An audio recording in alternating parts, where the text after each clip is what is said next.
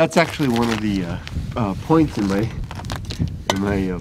story, and going alone, is that to always sit on the ground out here. Never bop. How do I get that off now? Never sit on a chair. I've got some little points in there about. Now, how the heck do I get that off? About what I do when I'm in the wilderness. And there's a couple of things that I do to make sure that it's not comfortable. I'm not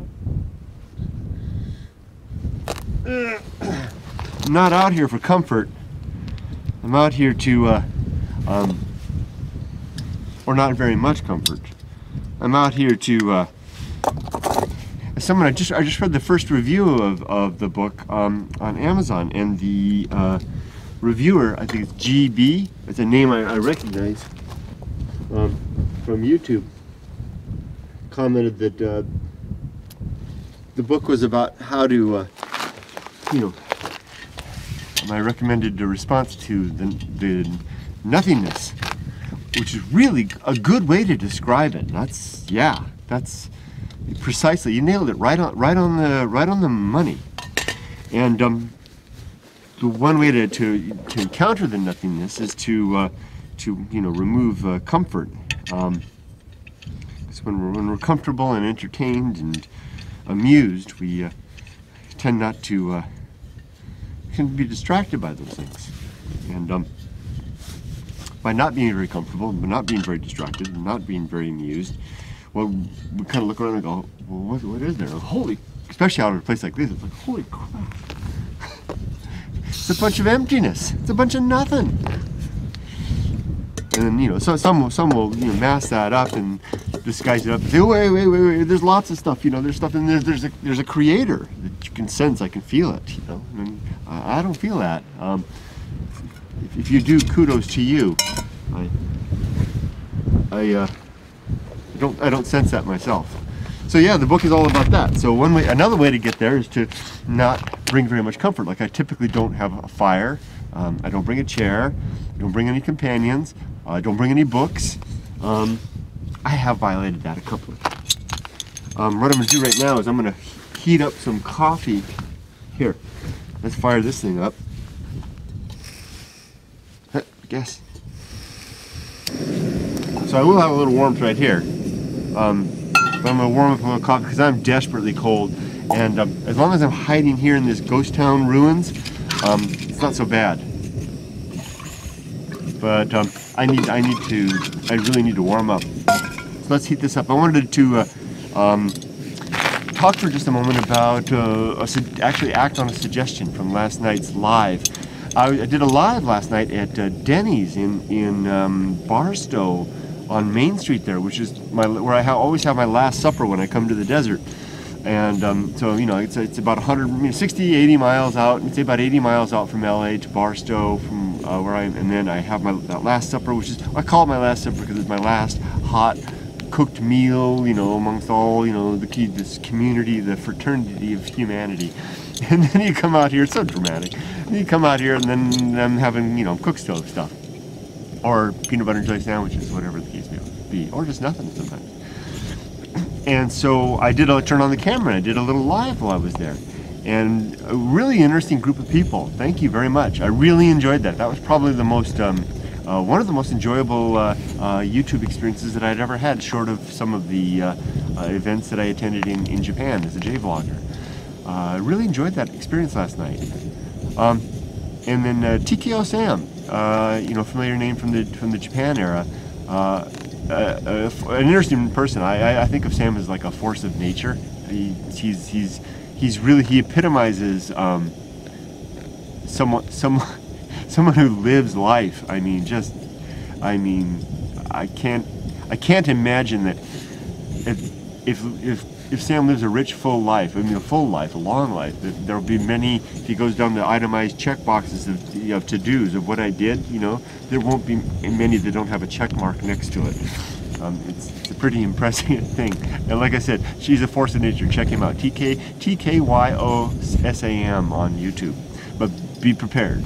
And you know, you know, what's that disclaimer you put at the bottom of the on the LPs on the records? You know what they used to do. So you need that for Sam. Not just because he's profane, he's profound. He's profound, profane, profane, profound. That's Sam. Anyway, he suggested, he asked me how the family's doing on the job. A very practical question, and I kind of gave a little summary, and he followed up. Pardon me, got a runny nose here in the cold. He commented that people only know so much as I share, and he suggested that that people that have known me for a long time that might be a little bit concerned. We're curious, and that it might be good to have a little video to kind of explain. Excuse me, I got sniffly snotty. Nothing to wipe it with. But I know. There's always a good use for a sock. There we go. So he suggested I make a video to kind of tell you guys why I don't share about the family. And well, first tell you how they're doing, because the people that have been following for a long time. Because it's not very fair of me, in hindsight, actually, after Sam brought it up, to just kind of, pull the plug. How's everybody doing, and why don't I share about them? So I'll do that in that order, and my coffee's ready. When you get your backpacking kit up, don't forget one of these little clampy things, because you can't pick up the hot thing otherwise. Put that on there like that, and then you can make sure you got a good clamp on it, otherwise it'll fall off and burn yourself. Okay, that's good. I'll set that aside and let that cool just a bit. And now I'm going to get started on my breakfast. Since I'm not actually backpacking, I can actually use my actual kit. I got everything in this backpack here that I need, but I actually decided to not backpack on this particular outing. I'm going to actually moto pack. I think that's a new term. So I can use the kit that I usually keep in the motorcycle. So one, how's the family doing? Let's give a little status report on that. So it's been, I came over in February 2014. The family came over in May 2015. It's now 15, 16, 17, 18. It's January, February, March, April, May. Another 4 months, it'd be 3 years that they've been here. Emily came, and Emily and Yumiko came. We basically started with nothing, just an empty apartment and suitcases each, and we proceeded to build our lives. I would say that after 3 years we are settled, very well settled. It took about a year. I did feel kind of like we were living out of our suitcases, so to speak, for about a year, and that was kind of interesting. It was kind of fun too. Let's move.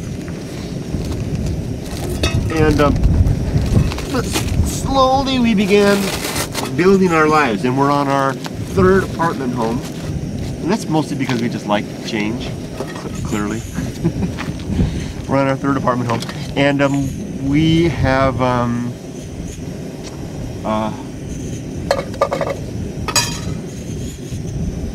gotta pick it up now.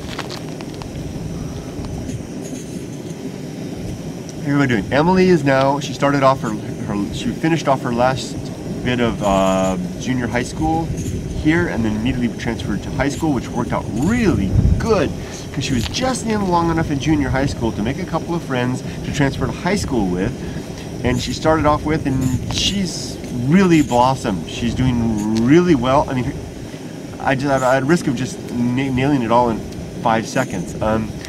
English, not a problem. English she picked that up, speaks like a native speaker now, writes like a native speaker. Practically, she's finishing up. There's that English learner program. She's finishing all that up. I think she's on the last bit of that, mainstreaming into the main courses. I don't know. It's just hard to describe. She's a young woman of 2 worlds. I mean, she literally can live in 2 worlds now. It's astonishing, and it's astonishing to hear her speaking Japanese to her mother, because I forget that she's got that, because her the American side of her is so mature now, as a teenager. So she's doing great. In school, lots of friends on both sides. She still has her friends in Japan. She was just in Japan for the winter holiday to hang out with her friends and her family over there. She has a job. She works at a kind of a high-end Japanese restaurant. Makes a lot of money. Makes a lot of money on tips. Astonishing. She just came back with her first tax form. She's like, what do I do with this? And so she and I were looking through it together. I was like, wow, you made a lot of money.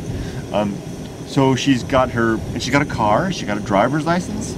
About another month, and she'll be done with her probation, her first year probationary period, which means that she can drive, you know, after 11 p.m.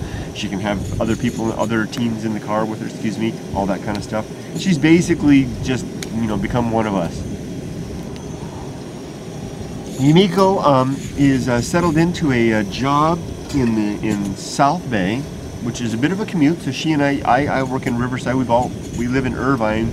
I work in Riverside. Yumiko works in South Bay, which is, for each of us, it's about an hour commute each way.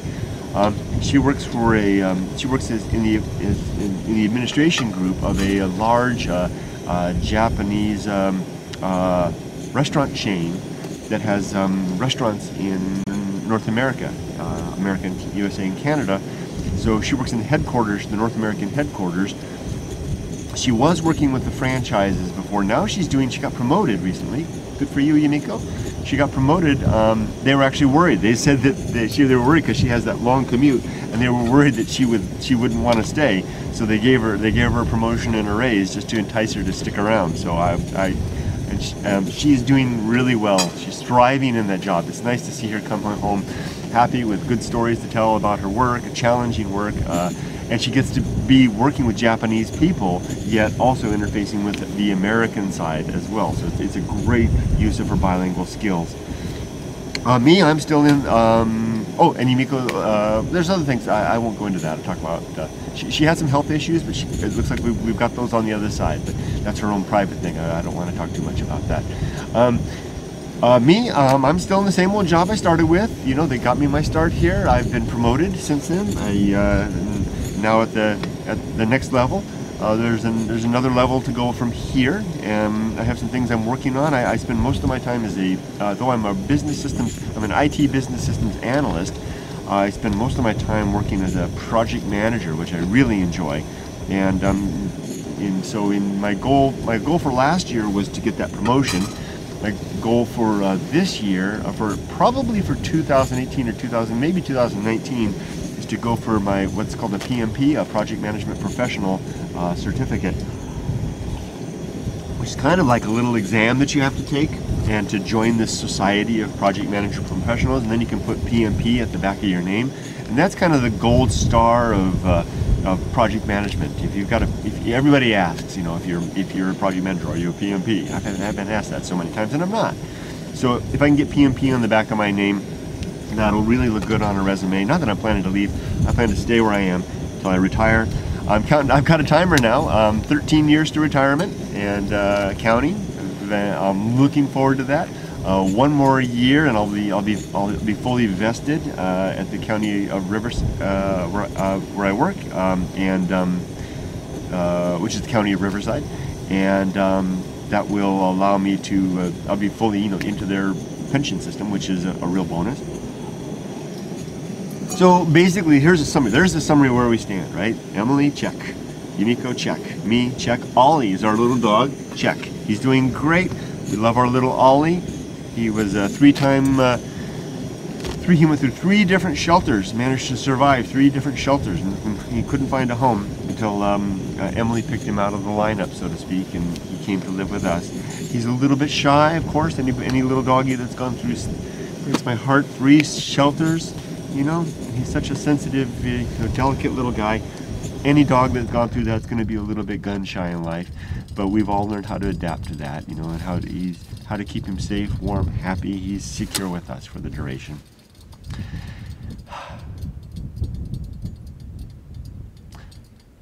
Anything else? Okay, so I think that's it. That's a summary for us. Let me talk now about what happened. Here, while I eat my breakfast. Sorry, it seems like I'm always eating on the video. What happened? Why Look at that. Is that melted glass? It is. Why I left YouTube? Why I left social media and the consequence of that? Well, it was in September 2016, and I remember that date because it was about a month before the election, that I kind of came to this realization that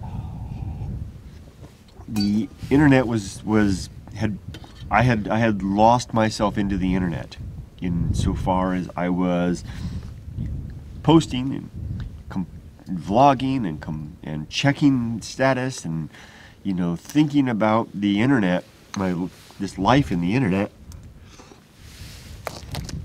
to the exclusion of this life. Most importantly, the life with my wife and daughter. And it was really when I started, on the weekends we tend to go out. Saturdays we do our chores and stuff like that, clean the house, you go shopping, and on Sundays is our fun day, and we go out and do stuff. And I was when I kind of realized that we were out and about, and I really wasn't with the family. I was more interested in what was going on in the phone, wherever the hell that thing is. What the hell was going on in the phone? And I didn't like that. So I decided to try an experiment. I just shut it all off. I deleted Facebook from my phone. I deleted Twitter, all the social media apps. And I gave myself one venue to interact on, and that was for the purpose of having a creative outlet, and that's my softypapa page on Facebook. And I narrowed it down to just that, and the stuff that I was posting there was really just this kind of the creative stuff, creative writing stuff that I like to do. And furthermore, I didn't respond to people. It's kind of harsh, but I really wanted to just I almost wanted to have a place where I could just journal stuff away, just send it away. I thought, the thing I create, that's it. If someone wants to respond, then that's an exchange. That's kind of a back and forth. It's not this back and forth stuff. And I kept that up and there was a drawback to that, and that I feel sorry that I just recently learned that Jim Mullins, got the impression that I was kicking him to the curb because I suggested that if he needed to get a hold of me, he reached out to me on my softypapa page, which he took as kind of shooing him away, go over to my fan page, so to speak, which I hate that term. And Molly, if you see that, and I mentioned it to you briefly when we had that when I commented on your video recently. That wasn't the case. It's just if you had tried to reach me anywhere else, including email, you wouldn't have gotten a response because I wasn't even answering email or even checking email. Softypapa page was the only place to get a hold of me, and via IM there too. I think, and I was responding to IM. Yeah, if someone messaged me, I was doing that on Facebook. So thus began the experiment. I didn't say it was going to be for a year in my mind or anything like that. I just said I'm done with that. It was hard at first. It was hard not to be checking status and posting just about everything in the world and all that stuff. But after a while, I kind of got used to it. Stopped thinking about it. And then I started seeing some interesting changes. The one that really struck out to me was the experience of being with my wife and daughter on the weekend, sitting in a restaurant in a beautiful location, having a nice meal, and watching my wife and daughter periodically, reach for their phone and, type something. Emily texting her friends. Yumiko might post something, which I never noticed when my wife posted before because I was so busy with my own nose in the thing. And I'd just be sitting there enjoying. And they don't do it very much, so it wasn't like their interactions were distracting from our life. It was just I noticed it. I'm sitting there and I'm looking around at people. And I got the dog. He's sitting on my lap, enjoying the breakfast. God, another cup of coffee, please. Thank you. Oh, that's pretty over there.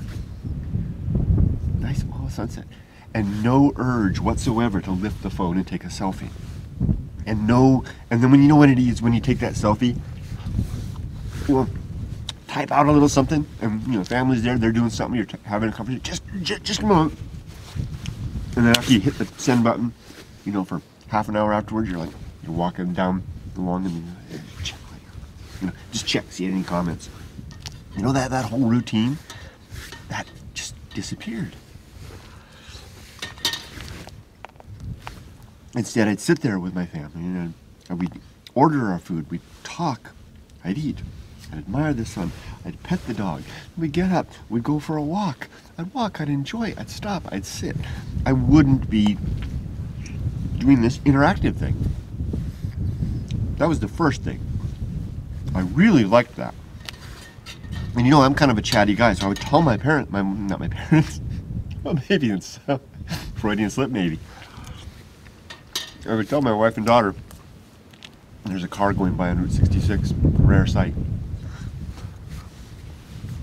I would say, you know what, I really like being with you. You know, this is great. You know, and they just kind of, whatever. You know, I think because they had always just kind of known that was me. You know, I was that guy, but I think they were okay out of the way.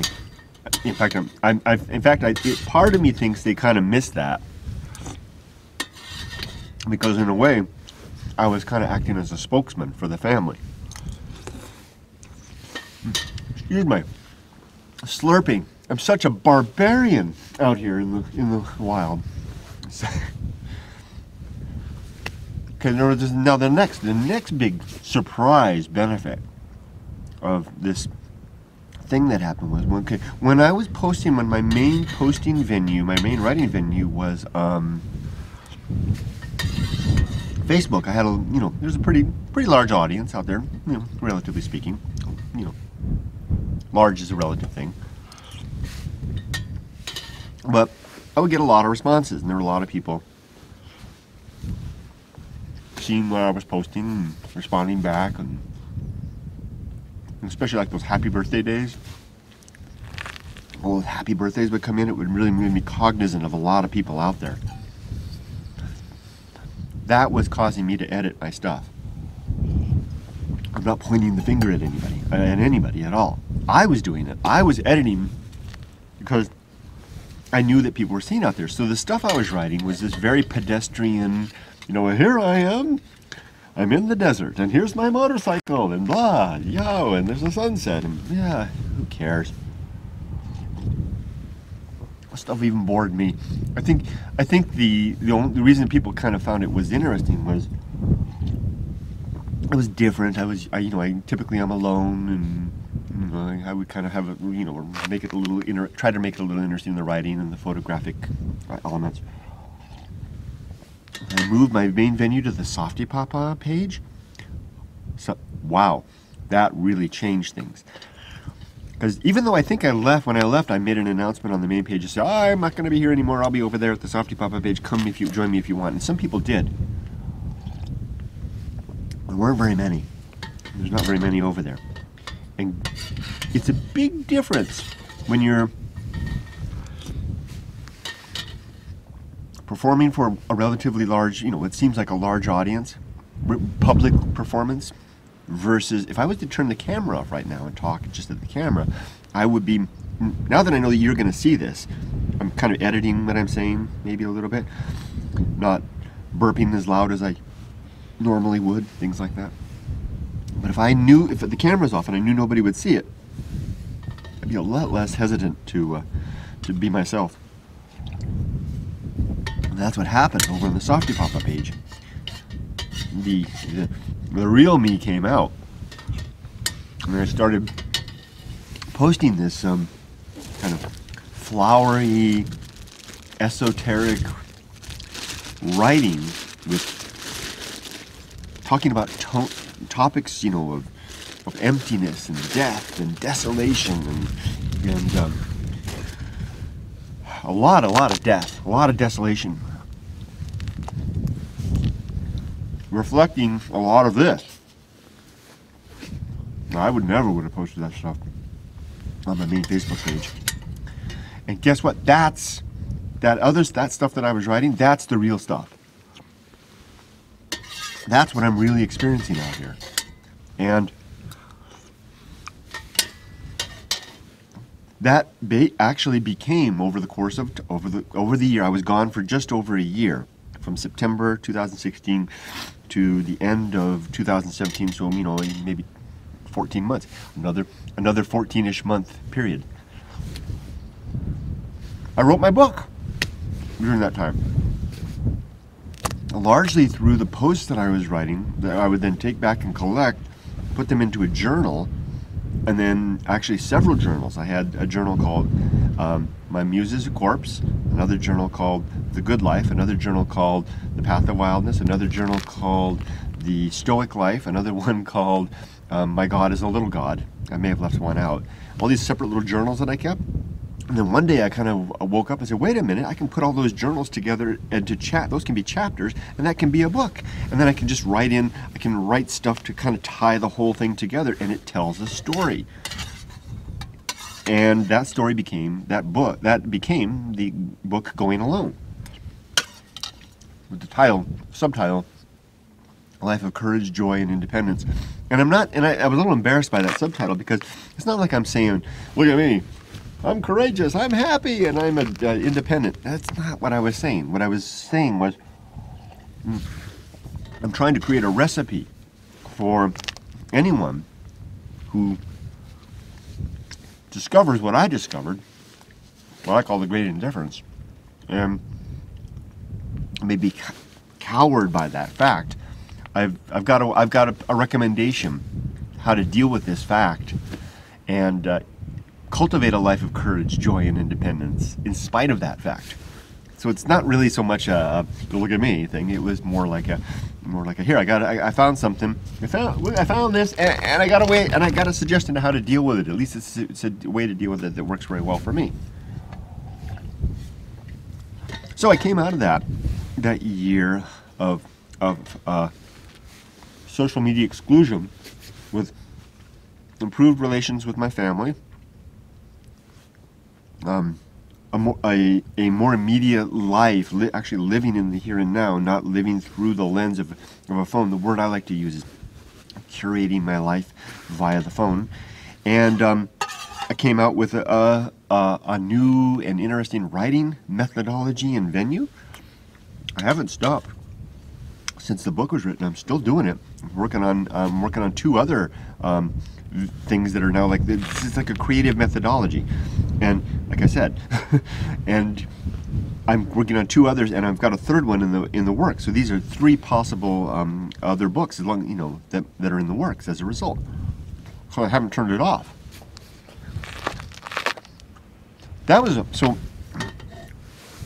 This was a very productive, useful, and good change that happened from walking away from social media for a year. But something that I realized, and I think it was Sam's comment and comments of others as well, helped me realize last night, was that in the process of trying to avoid curating an image online, because that's another part of this, was you don't share everything online. None of us do. You kind of share select things, right? And I realized this is pre-2016 September, back in the old days, the old style. I realized that I was creating this kind of image of how my life was, that this kind of adventure-filled family fun, and it is. My life is pretty adventure-filled, kind of. And I do have a lot of fun with my family. I wasn't lying, but I wasn't sharing everything. So people were getting this impression. I didn't like that. I didn't like this idea of like being a museum curator. Okay, I'm going to put my motorcycle here and my job over here and my family right here, and let's take a photo. And people think that's how I live. It turned me off. So that's another reason, motivation to leave all that. But I realize now that I've curated another image, 2 images in a row since then, that are equally not the whole picture. The first was when I dropped offline entirely, the image, and I would get email from people. That's how I knew this was happening. People that gave a damn, I'm not complaining that, you know, if you didn't give a damn. I'm just saying, I'm not saying that not everybody was wondering what happened to Kurt. But some people did, and they would write to me, what's wrong? Where'd you go? And so when I left during that year, it curated an image that there was a problem, that something had happened that made me leave the internet. The second, and there wasn't. Well, there was. The problem was I didn't want to be that. I didn't want to live my life through a camera lens and through a text screen. Now, since coming back, and I came back at the end of 2017, since I've come back now, I don't share my family at all, except maybe really just brief allusions once in a while. It's all me, you know, it's all my adventure. I decided I would use social media as an adventure conduit, so I would share these videos. My wife and daughter aren't here. I don't even talk about them. And that caused another equally false image to appear, that actually I got questions saying, are you still with your family? And it's a totally valid question. I didn't realize that. But it looks like if you just watch my videos and my Facebook posts, it looks like I don't have a family anymore. It looks like I'm spending especially when I was posting those adventure videos I started doing every day, it looks like I'm out here all the time. And I'm not sharing anything at all about my family. I don't have a family. So people are wondering, are you still together with your wife? Did your family go back to Japan? I even got a comment asking about how the family's doing in Japan. So, stand up. Breakfast is done. I gotta pick up the camera carefully because this is the bad battery that will kill the video. If it does, then I'll just stop and restart. Okay, the camera's back on. I had to swap out batteries. I've got this big giant battery that I used in Japan for the camera that just something's bad with the connection. So fortunately I've got a small battery that I can use as well. So I swapped that out. So I'm gonna wrap this up. So where was I? Because it took a while to do this. I lost my train of consciousness. Lost my train of consciousness. I'm off the rails of consciousness. So I was talking about how I created the false image like I'm a guy that doesn't have a family anymore. So I don't know exactly how to deal with that, because I don't want to go back to being that old guy that shares everything, because I think it's a rat hole that I can slide down and lose myself in. You know, I don't want to. I like being attentive when I'm out and about. I like being attentive to my family and the day and the world around me, and not check my phone. I don't have enough self-restraint to hold that back. I kind of feel like if I open that opportunity up again, I'm going to disappear down that rat hole. Not that talking to you guys is a rat hole, but you know what I mean. You know, back where I'm thinking or checking or living in my online world more than the real world, so to speak. So, but at the same time, if I keep doing the way I'm doing, it's still people wonder, how are Emily, how are Yumiko, how come Kurt never talks about them? Are they okay? Is everything okay? There's that.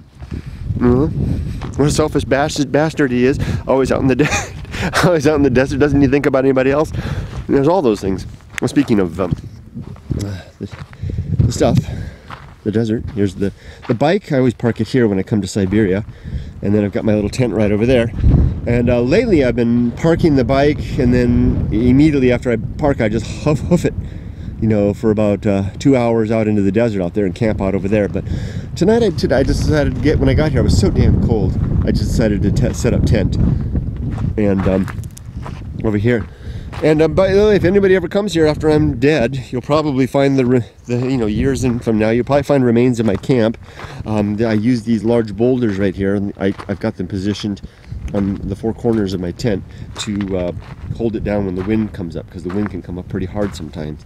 So those will probably be here long after I'm gone. I'm just right at the crossroads here, where the little dirt road meets another service road that goes along here this way, and then the ruins of Siberia are right over there.